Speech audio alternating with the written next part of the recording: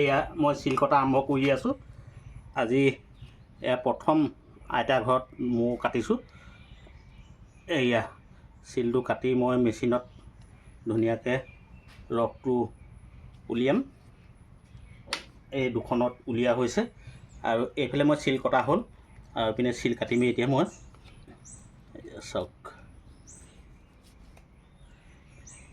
চিলটো কটাটো অকণমান সমানকৈ কাটিব যাতে সিহঁতি কষ্ট নাপায়, পিছত ৰসটো ভালকৈ যাতে পায়।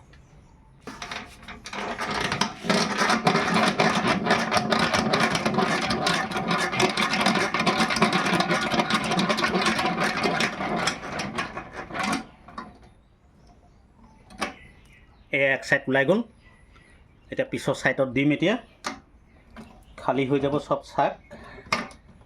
এয়া এইটো চাইড আছে, এইটো চাইড খালী হৈ গ'ল। এই মেচিনটোত 4খনো চাক ভৰাব পাৰে, কিন্তু সদ্যহতে মই এতিয়া 2খন ভৰাইছোঁ।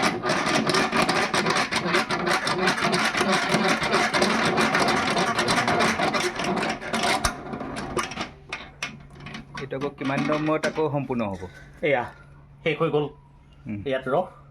এতিয়া ইয়াত 15 দিনৰ মূৰত আকৌ ইয়াত ভৰ্তি হৈ যাব। সেইকাৰণে চাকবিলাক আপোনালোকে নাকাটিব। চাকবিলাক কাটিলে এখন চাক বনাবলৈ 1 কেজি মৌ ৰস খাব লাগে, আৰু 1 কেজি মৌ ৰস খাই পেলাই তাৰ মমৰ দ্বাৰাহে চাকখন গঠিত হয়।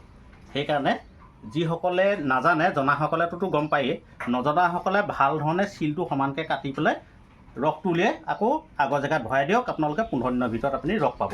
কিন্তু এটা কথা, বতৰ চাইহে, মানে ফৰকাল বতৰত আপোনাৰ ৰস 15 দিনত ক্লিয়াৰ কাট হৈ যাব, আৰু যদি বাৰিষা ছিজন হয় তেতিয়াহ'লে কম হ'ব।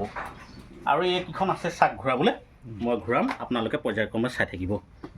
ধন্যবাদ।